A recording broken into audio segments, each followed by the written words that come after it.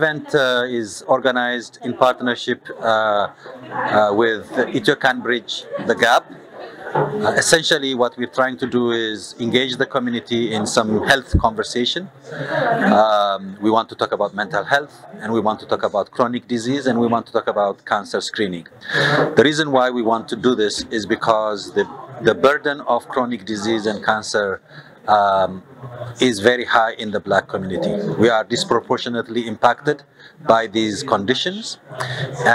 There is very little awareness in the community, and we also want to build the capacity of our communities and empower ourselves to be able to take care of the conditions that we face. And so, in partnership with Ethiopia Bridge, the Gap, we have organized this event where we have invited community people to learn about the condition that we face, the seriousness of the conditions that we face, but also the preventative action that we're able to take. If it is self-care, if it is about looking after ourselves, getting tested, getting screened for the various conditions. I will speak briefly about high blood pressure and diabetes mellitus. So first, for high blood pressure, if someone check his blood pressure and it's over 140/90, then it's high. If we're in a doctor's office when they can measure up to 6 measurements, and then the average comes 135/85, and that's also high blood pressure or above. In that case, we need to have high blood pressure. So there are two types of high blood pressure or hypertension. Essential hypertension, which is 95% of the time the cause. And there's secondary hypertension, usually 5% of them, as a result of kidney disease or other maybe could be medication or other organ damage or other hormone cancers kind of thing can lead into this type of secondary hypertension. But the majority of hypertension is we call it idiopathic or essential, including diabetes, hypertension, breast cancer, cervical cancer, colon cancer, and prostate cancer. These are situations that disproportionately impact our communities, but if we are screened early and we can get to know what our status is, we're able to be take advantage of services that exist and also be able to address the issues that we face. And usually it happens when we're older, if it runs in a family, and then that's where we need to take. Regardless, once we have high blood pressure, we need to get a hold on it, because untreated high blood pressure can lead into blindness, can lead into kidney failure, can lead into stroke and heart attack and heart failure. So very serious problem. Unfortunately, many people may not have any symptoms at all. Sometimes it can give you headache, blurry vision, palpitation or chest discomfort and dizziness, that kind of thing. It's a good thing actually if you have those symptoms, because it will take you to the doctor to get properly diagnosed. But the hypertension that never been giving you symptoms, then you need to actively seeking for a screening and get help. We learned today in one of the sessions that 9 out of 10 times, or 90% of the time, if we catch colon cancer at an early stage, we're able to cure the situation. And then once you're diagnosed, you take a medication properly and do exercise, salt restriction, and check your cholesterol. And then if you have a stressful life, then manage your stresses. And then, of course, you should know what is the normal blood pressure for you. And if it's not normal, ask your doctors, ask your pharmacists, or dietitians, or any other health professionals to help you to manage your blood pressure properly. That's about hypertension. Then diabetes is also type 1, type 2, and then also gestational diabetes. The type 1 is usually insulin dependent one, which usually happens in kids, and they need to take insulin because their pancreas is not producing insulin anymore. It's the same thing with prostate cancer. Prostate cancer disproportionately affects Black men compared to other men. But if we're able to screen and get diagnosed at a very early stage, prostate cancer is also a curable disease. And so we need to come out of this fear of these diseases and be empowered to be able to get to health services and get screened so that we can, fight the burden of chronic disease that exists within the Black, Ethiopian, and Eritrean communities. African Americans usually have a risk of developing it, and then people who are overweight they can develop this thing, and or type 2 diabetes, or people who have a sedentary life and then become overweight and then also develop this type of diabetes. The third one is gestational diabetes, which is a screening between 24 or 28 weeks of gestation or pregnancy time, and then when it shows high, that's called gestational diabetes. Most likely will go away after the pregnancy, but that may put them at risk for the second type of heart disease, or type 2 type of diabetes mellitus, sorry. Then once we have diabetes mellitus, then we need to know what's our hemoglobin A1C, and then we need to treat properly. If we're diabetic, and then our A1C should be less than 7. If it's not 7, then we need to go to the doctor, ask them better medication, or if you have to do lifestyle changes, then we need to do. It could be it exercise, be it portion control and proper dieting, and also we need to stress management, and we should know also our blood pressure should be on target. The blood pressure should be less than 130 by 80, and then we need to check our cholesterol, especially the bad cholesterol should be less than 2. We should be taking our medication properly, and then the heart protection, kidney protection medications, besides the sugar lowering medications, we need to have those proper treatments.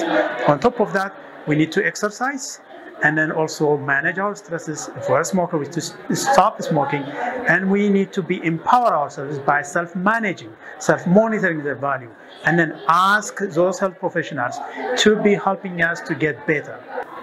Of course, if I'm lucky, I may have some symptoms, meaning if I'm eating too much and then still getting angry, or I'm peeing too much, and then also I'm drinking too much water. Those symptoms, we call them polydipsia, polyphagia, polyuria. If those symptoms are there, that could be a sign of diabetes, but it may not have any symptoms at all. So if we have high risk, meaning if I'm from Southeast Asia or Black, or if I have family members who have diabetes, then I'm in a high risk. And then if I am age 40, then my developing diabetes in the next 10 years is 50%. This is very, very high. So I need to go and get checked, meaning I need to have a screen by hemoglobin A1C, and then fasting blood sugar or under blood sugar, and those values are high, then I have diabetes. Hemoglobin A1C greater than 6.5, random blood sugar greater than 11, or fasting blood sugar after 8 hours of fasting greater or equal 7, then I have diabetes. In that case, then I need to do something. I need to see the doctor and then manage, whether be it lifestyle or taking proper medication. And then it doesn't mean that I have diabetes, I'm gonna live with it. I may cure it too. If I am aggressive on my lifestyle, if I lose weight, I may not need any medication. I can control it. But even if that's not possible, by taking medication, I can reach the targets, and then I can live as non-diabetics. I was really happy to talk to our group today about mind-body connections and a holistic approach to mental health.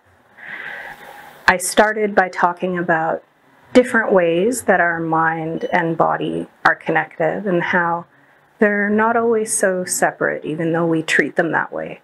A lot of physical conditions impact our mental health, and our mental health impacts our physical conditions. So we spent time talking about that.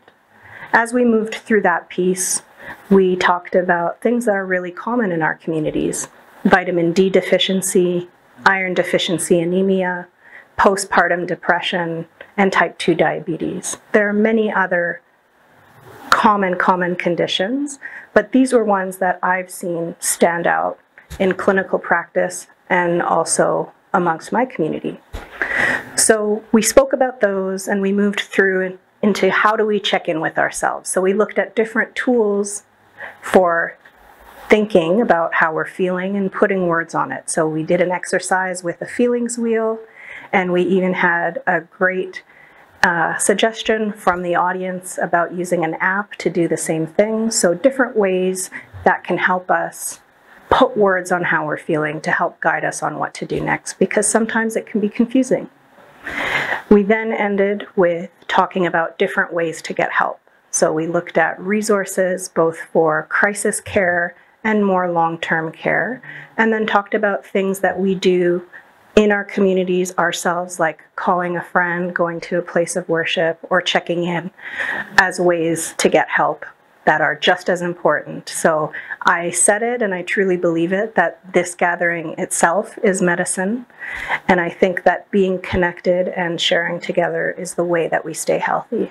One of the activities that we did was use this mnemonic called HALT, where we stop and we really do an assessment and we check in to see where we're at. And I didn't make it up, it's very popular, it's online. And it starts with hungry, then angry, then lonely, then tired. So you know you have this bad feeling, but you're not exactly sure what. And so if you find out that, I think about it, actually, yeah, it is because I'm hungry. Oh, I actually didn't eat all day. That's something you can take action on. If you find that, oh, actually, like, when was the last time I hugged someone? When was the last time I talked to a friend? Then you can take action about social connection. If it is just being tired, then just go sleep. Go get rest, and rest that we deserve. So we won't be able to solve the problem if we can't put a name on it. So the idea behind some of these activities and these exercises is to stop, check in, find out what the problem is so we can do something. Today we have an event organized by Ethiopia Bridge the Gap, sponsored by Taibu Community Health Center, as well as supported by the Ethiopian Canadian Physician Association. The main focus here has been on how to maintain our health, mental health as well as our physical health. We've had amazing presentations from members of the Ethiopian Canadian Physician Association on diabetes, hypertension. We also covered what we need to know about cancers, common cancers. So we're talking about colon cancer, breast cancer, cervical cancer, and prostate cancer. These are very common, prevalent in the general population, but also prevalent in the African Canadian population as well. So a lot of fantastic conversations about individual stories of people that have gone through these diseases, people that are working on the policy side, because we certainly need to advocate for ourselves as a Black population. There are certain things like prostate cancer that predominantly affect people of African descent, and we need to have better screening, earlier screening, and we have to be able to advocate for ourselves to have these screening guidelines enforced and amended as needed. What I want to share with you is really the basics of what you need to do to get yourself screened for colon cancer. For example, between the ages of 50 and 74, that's really for average risk patients. That's when every 2 years you got to do a stool test. This is done through your family doctor, through community health centers like Taibu. You know, you mail in the test, it's prepaid envelope that you get, and you get the results through your family doctor through the center. And you may need additional investigations like colonoscopy if it's abnormal. The fact that this stool test for colon cancer is abnormal doesn't mean that you actually have the cancer. It just means that it needs additional investigation. It could just be small polyps or advanced polyps that need to be removed through the colonoscopy procedure. And so, you know, we really need to be proactive about our health. We need to prevent. We know that screening can prevent these diseases. So let's join hands as a community and take care of our individual health so we can take care of our overall health.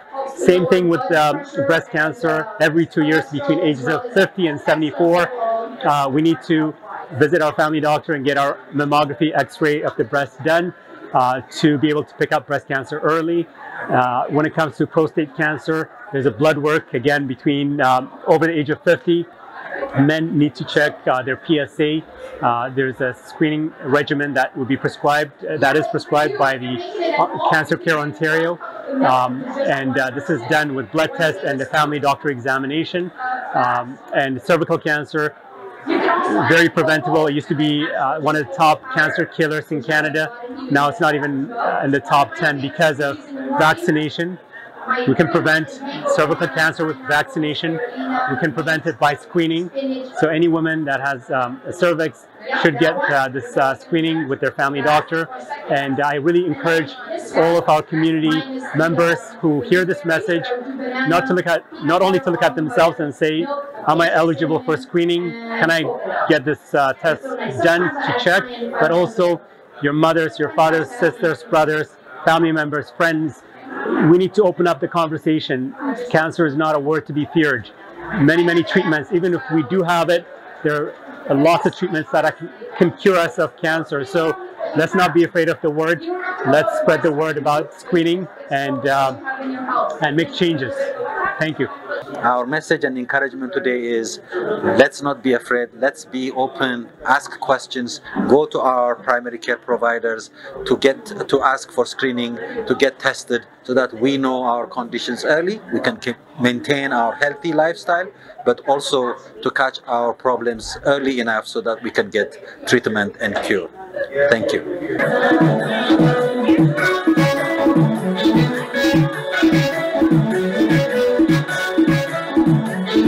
Thank you.